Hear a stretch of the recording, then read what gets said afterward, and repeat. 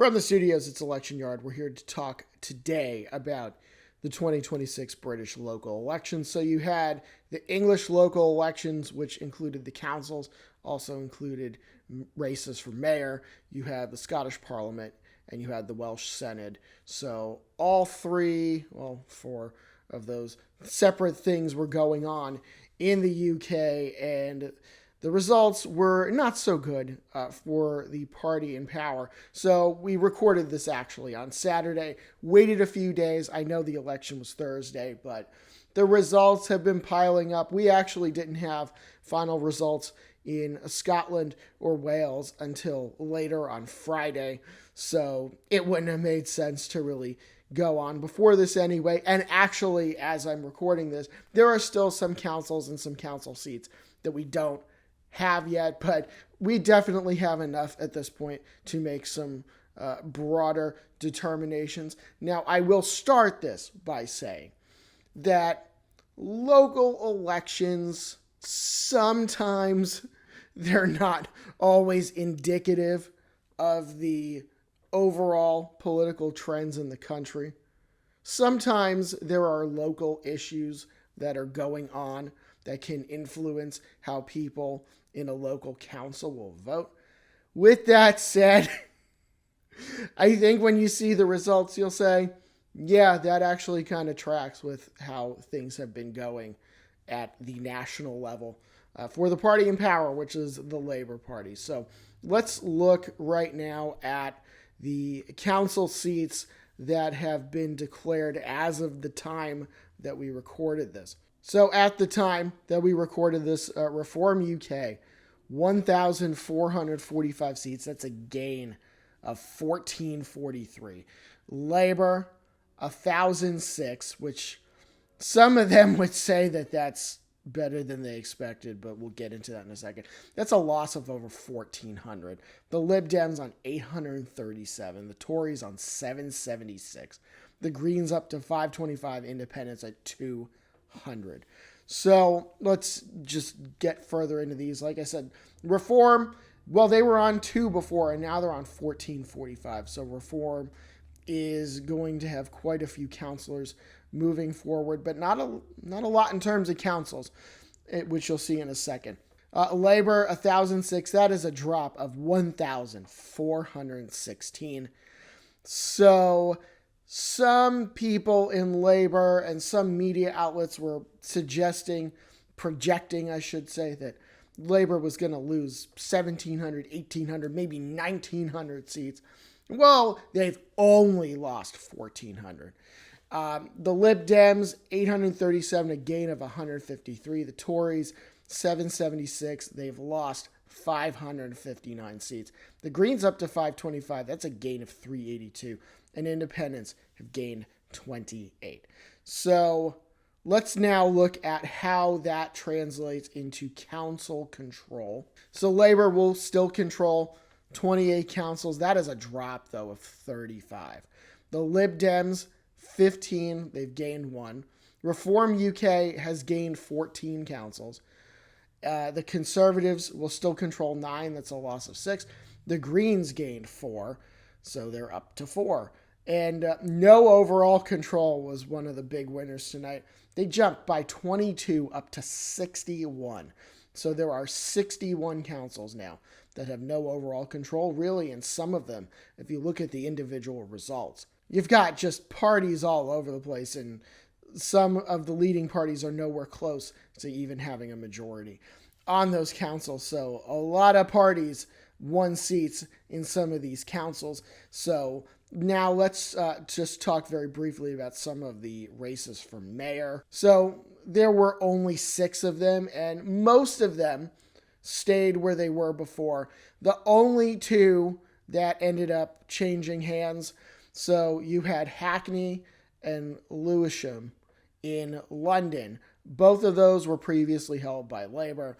The Greens ended up winning both of them. So the Greens did find themselves a little bit of success in some London boroughs. Now let's talk about the Scottish Parliament here. So we do have the final results here. So the SNP, they have been the party of government at Holyrood. So they are still going to be in charge. They have 58 seats. Now, 65 were needed for a majority, so they have fallen back a bit, but they're still by far the largest party.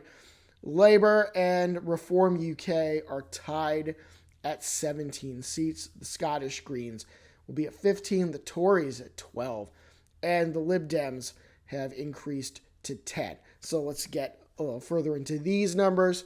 So you've got the SNP at 58. They are down 6. So they were just 1 short of a majority before.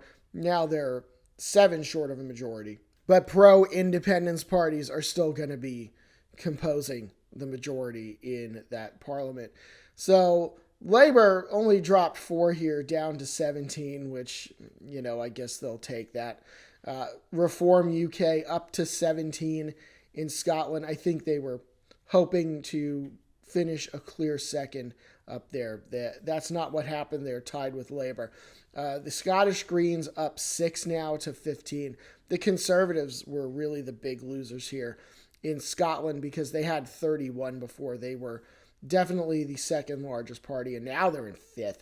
They've fallen 19 seats down to 12, and the Lib Dems, actually a decent result for them, gaining 6 seats up to 10.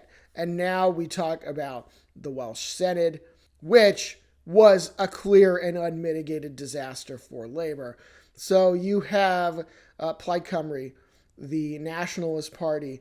They are going to be the largest party in the devolved Welsh Senedd for the first time. They've won 43 seats. Reform UK has won 34. Labour's won 9. The Tories have won 7. The Greens are at 2. And the Lib Dems are at 1. So getting further into the results here, Plaid Cymru up 20 seats. Reform gaining 34. So between those two parties, Plaid Cymru and Reform UK, that's 54 seats gained. So let's look at Labour. Down 35 seats. Labour had never lost an election in Wales until now. Down to 9 seats. That's a loss of 35 seats. The Tories, other big losers here, down to 7 seats. They lost 22. So between the Tories and Labour, that's 57 seats lost. So a really bad result for the two major parties in Wales. So let's just answer the question everybody wants to know the answer to. Is this the end of the line for the Prime Minister, Keir Starmer? So in 2024, Labour won a big majority.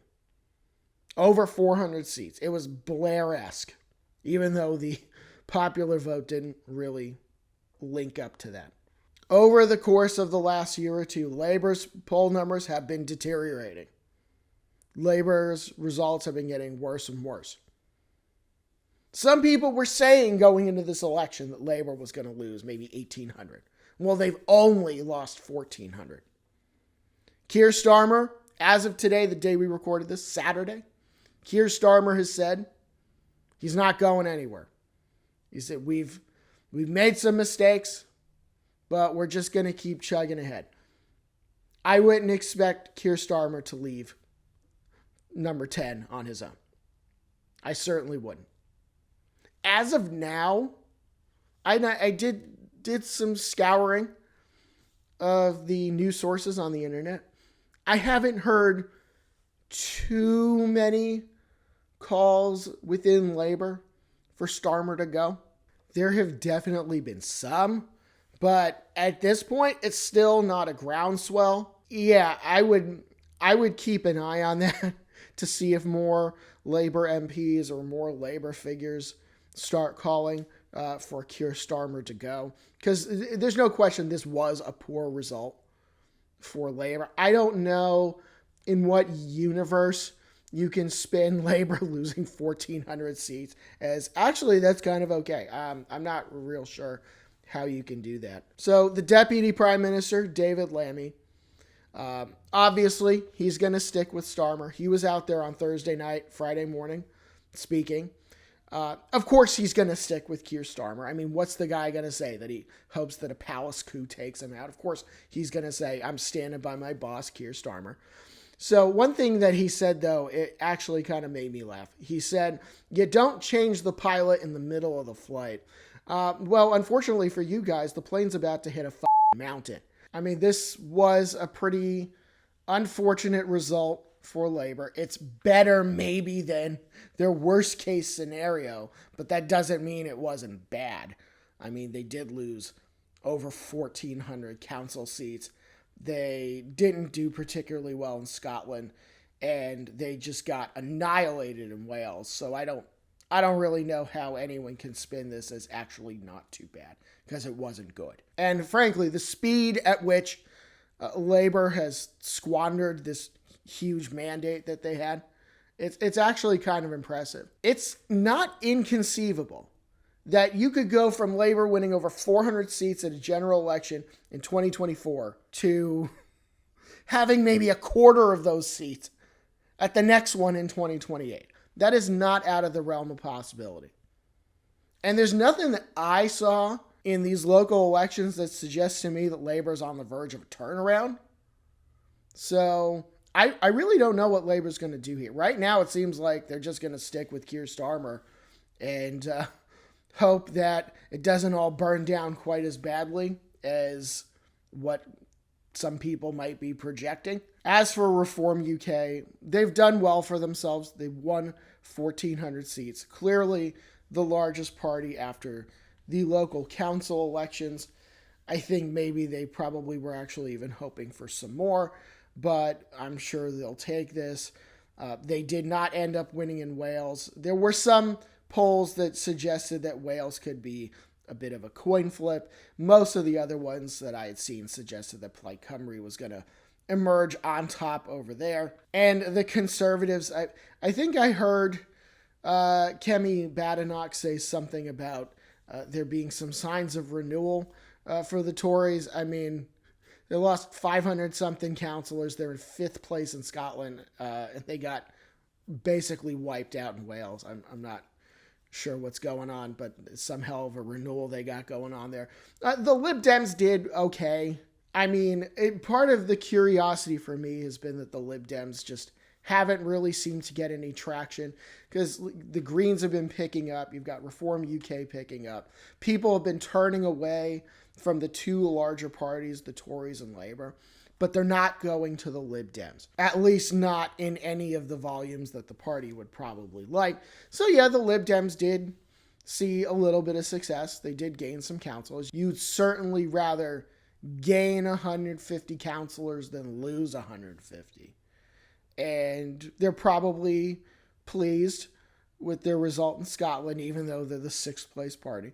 But yeah, people haven't really been going to the Lib Dems, which is, it's a curiosity for some to investigate. But yeah, because they're going to Reform, or they're going to the Greens, or wherever else they're going, but they're just not transferring from the Tories and Labour over to them. At least not at this point. So we're 2 years out from a general election in the UK, which at this point, I would not stick my neck out and say that I think that Nigel Farage is going to win a majority. I would not say that at this point. Do I think Reform actually could be the largest party in a general election if it were held today? Yeah, probably. I don't think it's inconceivable, because I think there are some that just have had this mentality of, well, Reform can't win an election. Well, they can, because I think they just did. Albeit a local election, but I think they just did. So I think people need to just be serious about that, yeah, Reform UK can win a plurality of seats in the next general election. But is Labour going to be able to do anything about it? Is Labour going to change course? I don't think that things are necessarily going to get better for Labour overnight, because I don't think that anything has really happened to change their fate. So we'll just have to see. I think if any sort of call for him to go starts bubbling over, any sort of leadership challenge comes up, maybe from somebody like Andy Burnham, if anything comes up, it will probably be over the course of the next few weeks. But if that doesn't happen, then I think Starmer's just going to continue to lead Labour, and we'll see where their poll numbers go. So those were the English local elections and what it means in the big picture. Here at Election Yard, like and subscribe, follow us on social media. We'll see you soon.